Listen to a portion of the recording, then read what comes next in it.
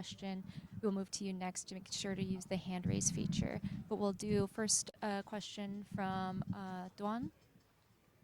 对于滔博而言，本次全球总决赛可以说并不尽如人意，尤其是你们是0-3的比分败给了 T1， 你认为导致这次失败最主要的原因是什么呢？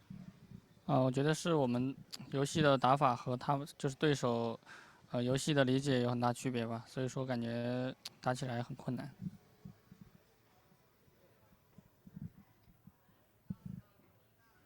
Hello Meiko 选手，今天整体打得不太好的原因是不是状态上出现了什么样的波动？其实滔博今天也掏出了很多不一样的英雄和阵容，在赛前准备的时候有没有特别讨论过对方会做的一些 BP 呢？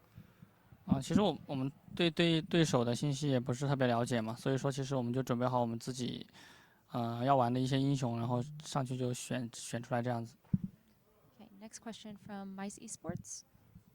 Meiko, there is a lot of talk about Faker's aura, that some players may not be as aggressive or be very careful just to face him. You who challenged him for years, do you feel like that there is a kind of aura? What makes it harder to face? 其实有些人会说，就是 Maker 选手的一种类似于面对他的一种像魔咒一样的感觉，因为很多选手可能面对到他的时候就没有办法像之前打的那么有进攻性，或者是说打得非常非常的小心。然后所以说你已经和他面对面交手非常非常多年了，然后也想问一下你有没有感同身受，然后同时说你觉得为什么面对 Faker 选手可能会比较难以去应对呢？我觉得就是 T1 这支队伍就是。感觉他们的打法就是非常聪明吧，然后就是每一次世界赛其实，会有一些意想不到的一些英雄出来，然后其实我们在应对上面我觉得可能有点问题，所以说，会感觉就是每次遇到都打不过这种感觉。So it feels like maybe for T1, the whole team, they really have a very smart playstyle. And besides of this, for all the World Championship, they can always have some champion choices as is out of our expectation. So maybe it's a little bit hard. Maybe, and we also got some issues to handle with that. So this could be the reason that why we rather didn't manage to perform so good facing against T1. Okay, we'll take next question from Yume. Having into consideration the fact that T1 is the current world champion, was that something that made you feel some extra pressure at this stage of the championship? 今天你们面对到 T1，他们也是去年的一个世界冠军嘛，所以说这样的面对到去年的世界冠军，会不会让你们在这个全球总决赛的舞台上会感到额外的一些压力呢？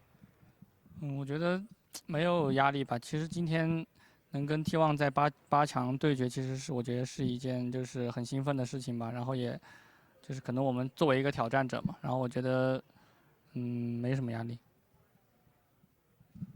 To be honest, I don't feel we have much pressure on our shoulder. And to be honest, and I really feel like I'm very excited that we're able to like face against T1 in the quarterfinals. We treat us as a challenger, so we don't have much pressure. Okay, we'll move on to the other questions. So we'll start with Felipe from Mice Esports.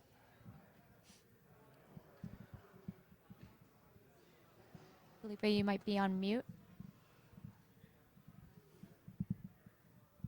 Okay, we'll move on to Fusavi Grill, News Latam.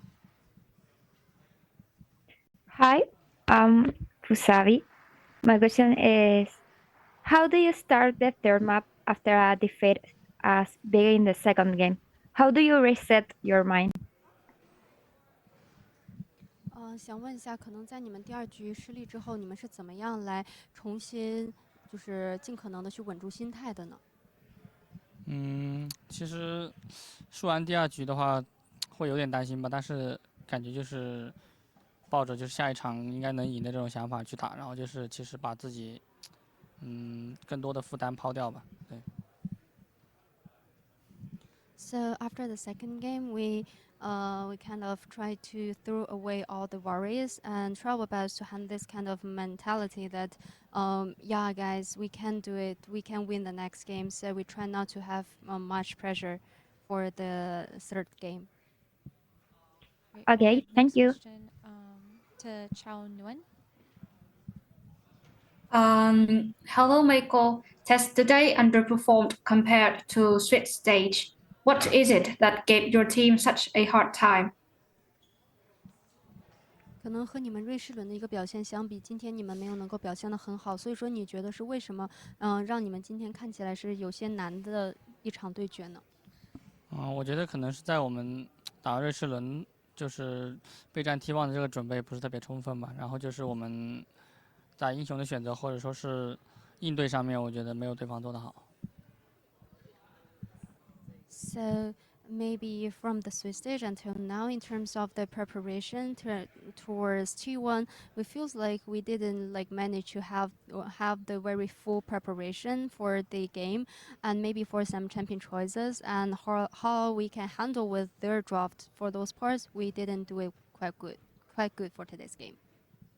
Okay, we'll give next question to Gabriel Marcelo. Hi, I'm Gabriel Marcelo from Gamer Agency.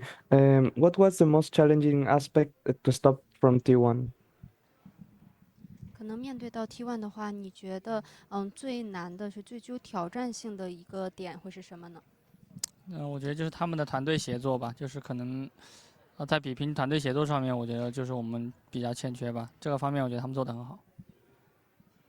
So I like to say maybe the most challenging part is facing against T1 synergy, because it feels like T1 they really play as a team and they have a very good teamwork. So this part is some part that we didn't manage to showcase today. Thank you. Great. We'll give the next question to Cloud.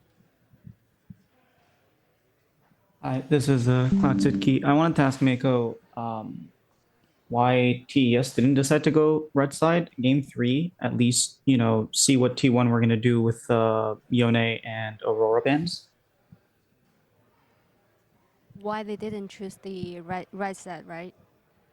Yeah, why game 3 they didn't choose red side? 那他们也想问到，可能为什么你们第3局的时候没有选择红色方，然后来看一下，如果对方在蓝色方的话，会怎么样处理永恩和阿罗拉呢？这个就是教练战术上面的考虑吧。所以说其实，然后现在这个我觉得就是可能我们整个队伍也觉得就是蓝色方稍微优势一点。对。The set selection maybe is based on the coaching staffs for their strategy decisions, and for a team maybe we still think like blue side we prefer blue side a little bit for today's game. Great. And we'll take one last question from Pedro Romero.